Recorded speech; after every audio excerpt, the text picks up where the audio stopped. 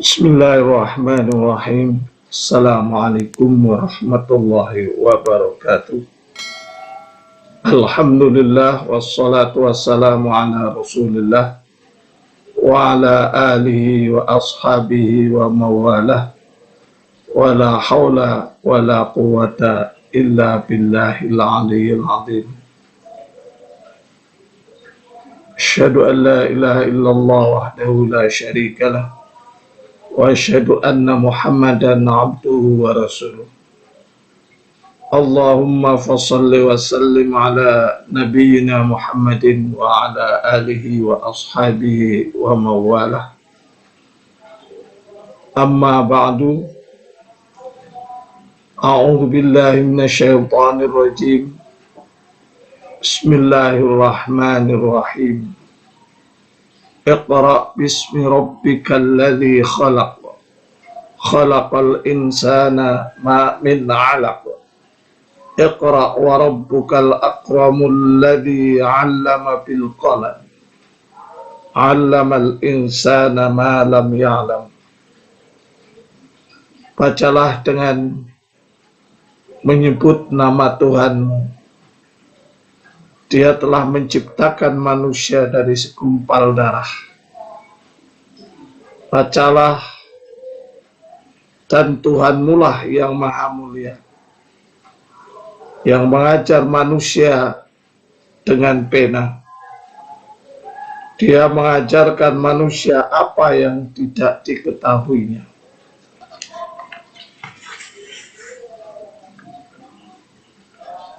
Dari kata-kata iqra berarti menghimpun, menyampaikan, menelaah, mendalami, meneliti, mengetahui ciri sesuatu, membaca, baik membaca yang tertulis maupun membaca yang tidak tertulis. Membaca yang tertulis adalah Kitabullah, Al-Quranul Karim, yang sama-sama kita imani dan kita yakini bahwa Al-Quran adalah kalamullah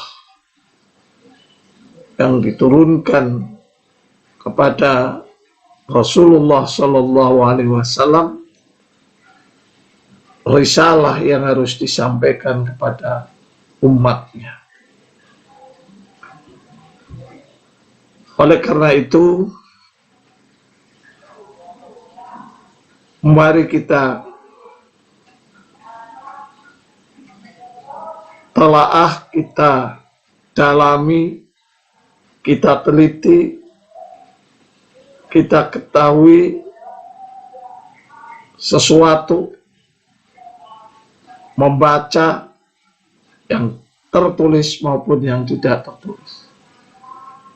Bahkan mungkin membaca ayat-ayat Allah, mendalami ayat-ayat Allah, mengetahui apa yang tidak kita ketahui ayat-ayat Allah tadi untuk bisa menggali satu ilmu, yaitu ilmu pengetahuan. Para pemirsa yang dirahmati Allah Subhanahu wa Ta'ala, bahwa pengertian tentang ilmu pengetahuan itu seringkali didikotomikan dengan ilmu agama. Ya, sebenarnya ilmu pengetahuan adalah milik Allah Subhanahu wa Ta'ala, yang menjadikan kita pinter, yang menjadikan kita cerdas, yang menjadikan kita sehat, yang menjadikan kita bisa makan, bisa minum dan sebagainya, adalah Allah Subhanahu wa Ta'ala.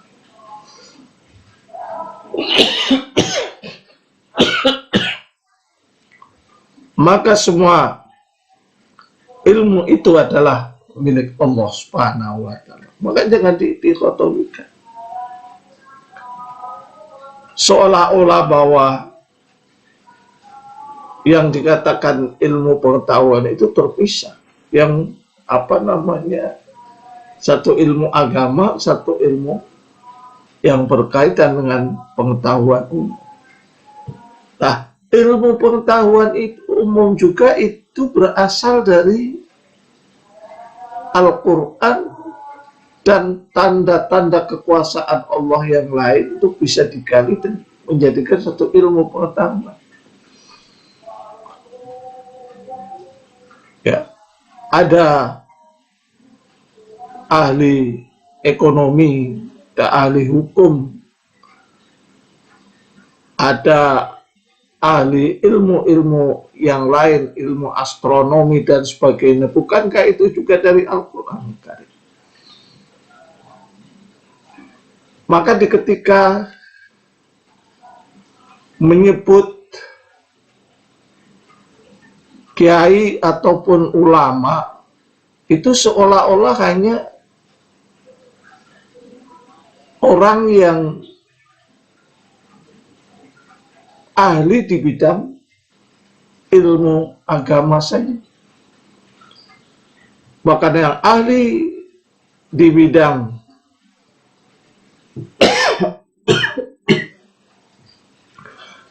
bidang ilmu-ilmu pengetahuan tertentu itu tidak dikatakan ulama pun cendekiawan. Nah, ini tidak fair.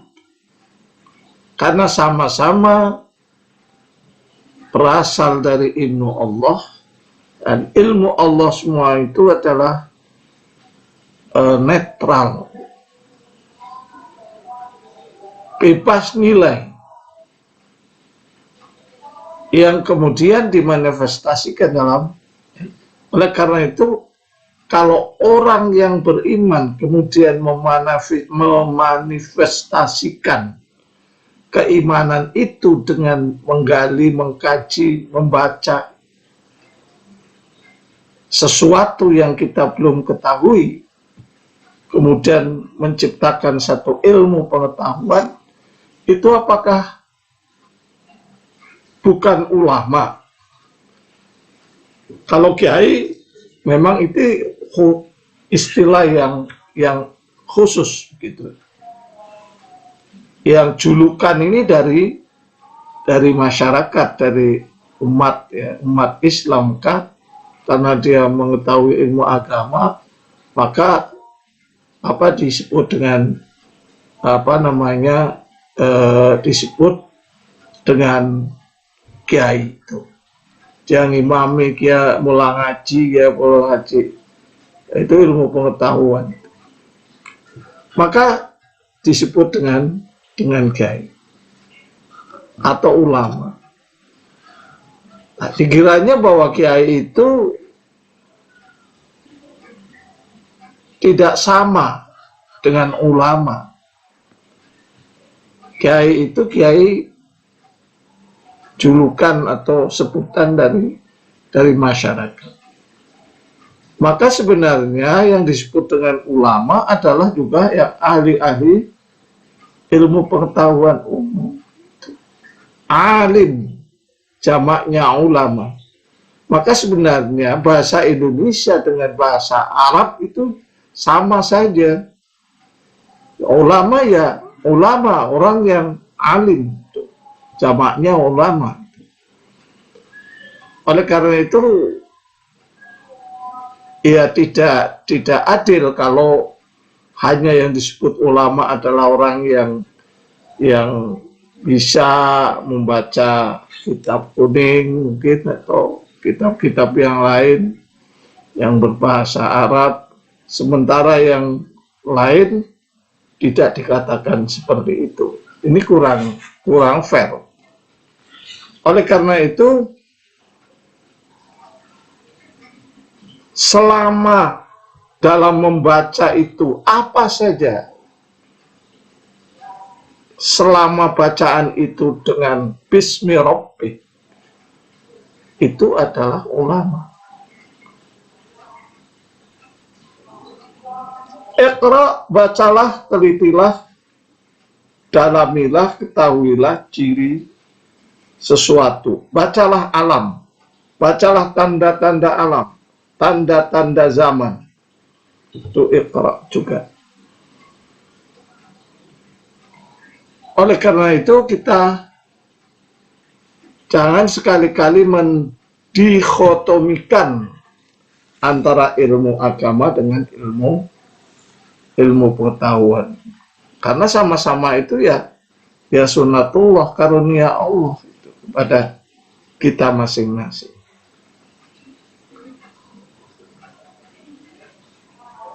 Jadi sangat mendalam memang arti Iqra itu. Telitilah sudah. Jadi bagaimana hasil penelitian dari manusia, baik yang muslim maupun yang selain Islam, itu sama-sama memberikan satu manfaat kepada kita. Karena banyak juga peneliti-peneliti yang berasal dari seorang muslim, sehingga ilmu pengetahuan bermanfaat bagi orang lain. Khairun nas anfa'uhum linnas. Sebaik-baik manusia adalah yang paling bermanfaat, yang memberikan manfaat kepada orang lain. Banyak peneliti-peneliti dari muslim kemudian masuk Islam, seperti Karner misalnya, meneliti bagaimana secara fisik terjadinya Lailatul Qadar.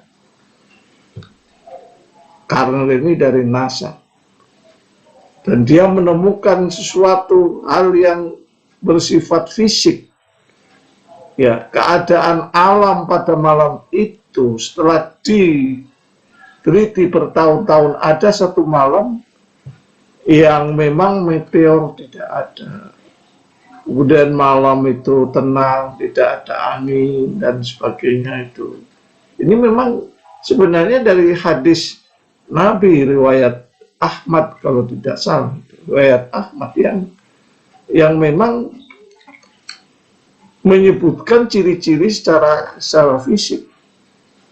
Kemudian pada pagi harinya matahari terbit juga tidak terlalu tajam, kemudian tidak terlalu panas dan tidak juga terlalu dingin, sehingga sejuk. Meteor yang biasanya setiap hari jatuh di atas bumi pada malam itu tidak ada. Maka Karner masuk Islam. Nah, ini bertahun-tahun meneliti ini, tapi disembunyikan. Karena apa? Karena khawatir kalau non-muslim itu berbondong-bondong menjadi muslim. Karena sudah terbukti bahwa ada memang benar secara fisik ciri-ciri Lailatul Qadar, apa yang disebutkan oleh Rasulullah SAW. Oleh karena itu yang penting di sini iman dulu, baru diteliti. Percaya dulu pada Quran, baru kita melakukan penelitian. Orang non-muslim saja bisa kok memahami Al-Quran dengan berbagai macam, sehingga dia bisa masuk Islam. Maurice Bogel, seorang Prancis, ini meliti yang namanya jasad Fir'aun, apa memang betul-betul yang disebutkan di dalam Al-Quran itu. Jadi memang ternyata betul, sehingga dia iman kepada Allah Subhanahu wa Ta'ala. Ini memang ciptaan Allah. Nah, meneliti sampai tanda-tanda yang disebutkan di dalam Al-Quran maupun juga yang tanda-tanda yang disebutkan di dalam hadis. Nah, ini apakah hanya begitu saja sebenarnya? Hasil penelitian juga diekspos, harus dikeluarkan, harus dipublikasikan. Sebab kalau kebenaran itu tidak dipublish, ini akan mengalami akan mengalami krisis keilmuan yang sebenarnya itu ada di dalam Quran. Bagaimana kita melihat keajaiban daripada Fir'aun itu ya, zaman dulu mengaku sebagai Tuhan, ternyata juga mati mengenaskan itu. Nah, ini sebagai pelajaran kepada umat-umat sebelumnya, sehingga bagaimanapun juga harus percaya bahwa itu adalah ayat-ayat Allah yang menunjukkan. Toh sampai sekarang itu juga ada Fir'aunisme.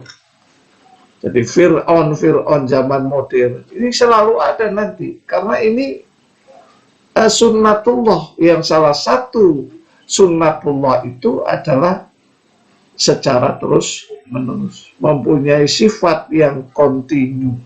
Dari zaman Fir'aun juga sampai zaman sekarang ada ciri-ciri yang mengaku dirinya Tuhan. Kalaupun itu tidak langsung mengaku dirinya Tuhan, tapi dia menuhankan materi, dia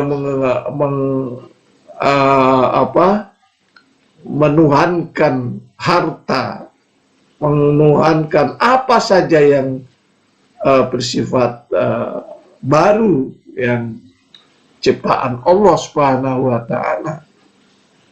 Maka yang harus kita sembah dan harus kita patuhi adalah Allah Subhanahu wa Ta'ala, bukan benda-benda yang kita temui itu. Oleh karena itulah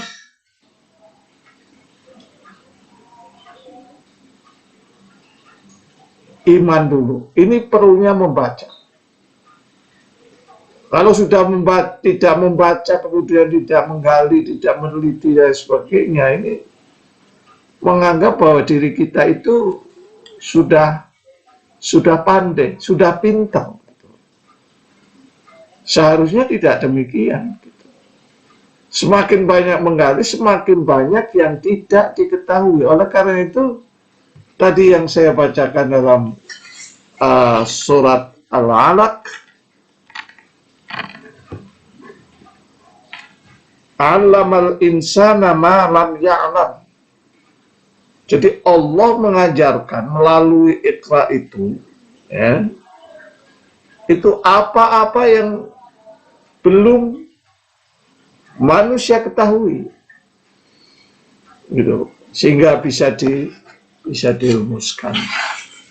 Melalui ilmu pengetahuan itu bisa dirumuskan secara eksak.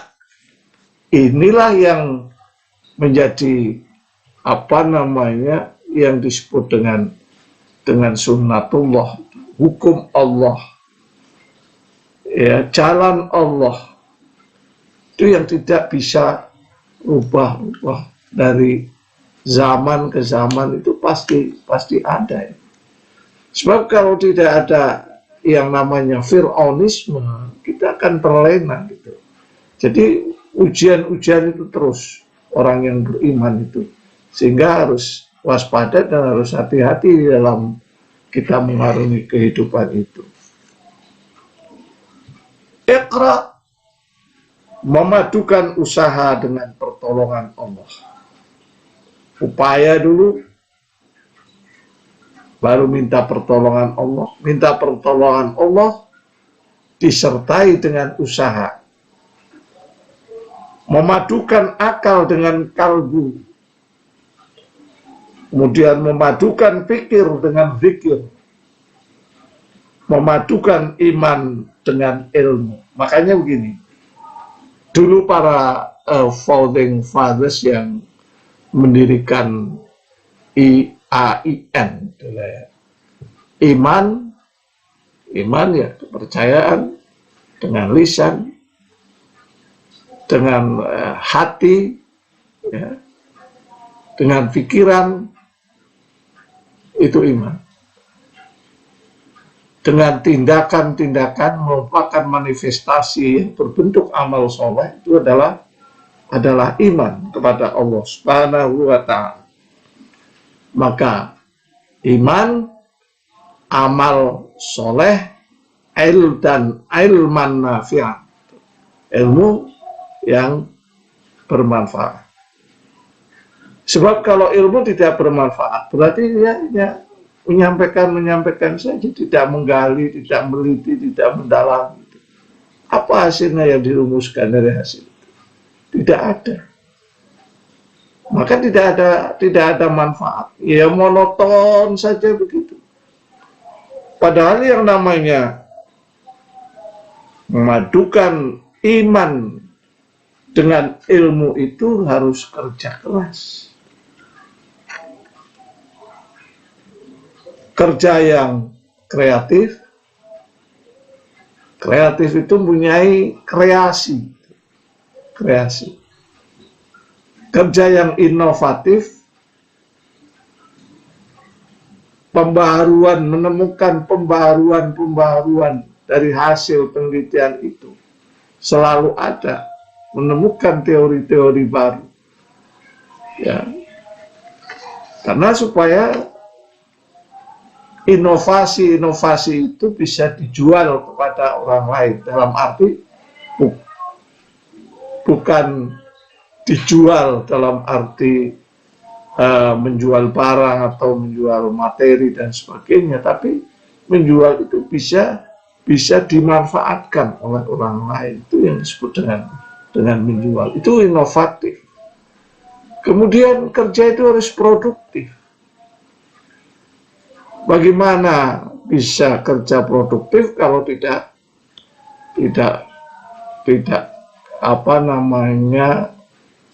kerja keras? Terus, kemudian yang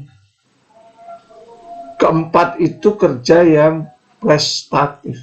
Jadi bagaimana mencapai prestasi kerjanya? Ya paling tidak menurut ukuran kita, semampu kita. Memang tidak bisa dipaksakan dalam waktu yang relatif singkat, itu harus terus. Caranya bagaimana kita mencintai ilmu, senang, ya, apa yang tidak ketahui jadi tahu. Oleh karena itu penggalian itu terus menerus sehingga menjadi mencapai prestasi. Oleh karena itu, Bapak, Ibu, dan saudara-saudara para pemirsa yang dirahmati Allah Subhanahu wa Ta'ala, ini merupakan amal soleh, ya, sebagai manifestasi dari iman tadi, ilman nafi'an. Makanya kita selalu berdoa kepada Allah Subhanahu wa Ta'ala supaya Allahumma inna nas'aluka ilman nafi'an wa amalan maqbulan wa rizqan halalan thayyiban mubarakan. Ya, itu jadi yang mubarak, berkah gitu, ya. Kalau istilah Imam Al-Ghazali itu disebut dengan ziyadatul khair, jadi bertambahnya kebaikan. Maka para ulama dulu, ya, kiai dan sebagainya, itu selalu diberkahi, ya, karena kemampuannya di dalam menggali itu, kemampuannya di dalam menelaah, ya, ilmu artinya ilmu pengetahuan yang secara keseluruhan adalah milik Allah tadi. Ya, tentu saja ini harus menggunakan akal. Akal tanpa kalbu seperti robot. Makanya dalam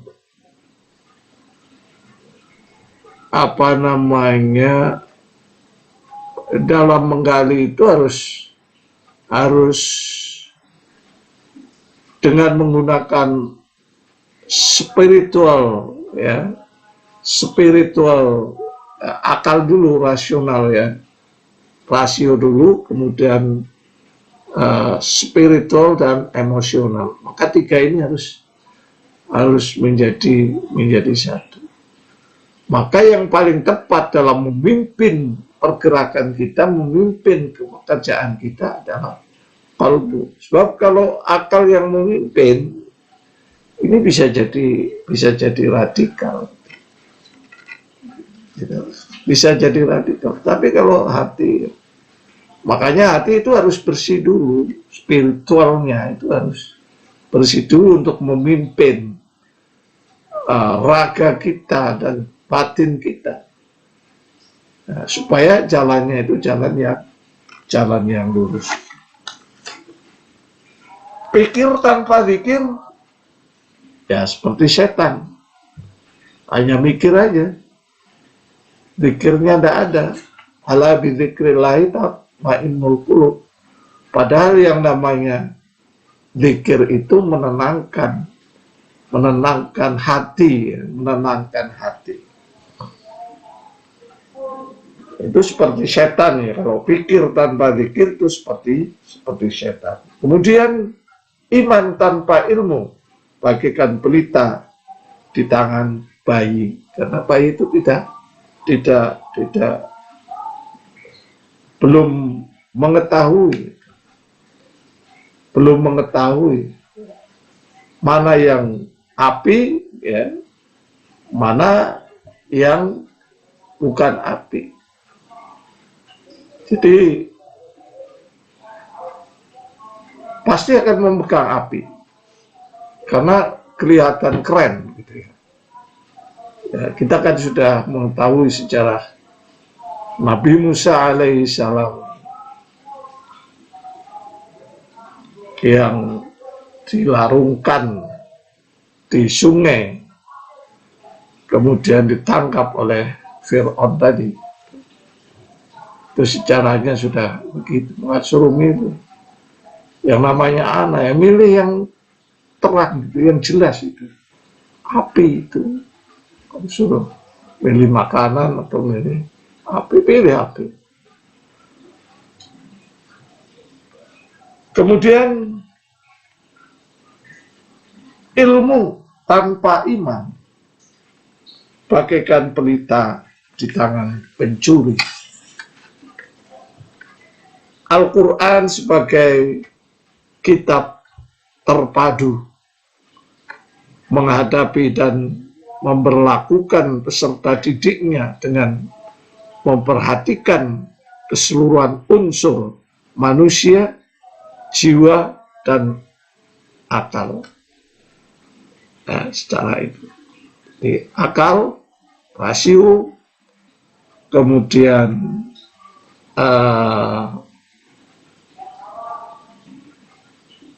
emosional, spiritual. Nah, spiritual itulah yang tingkatan yang paling tinggi, karena dengan spiritual itu akan aman segala sesuatunya.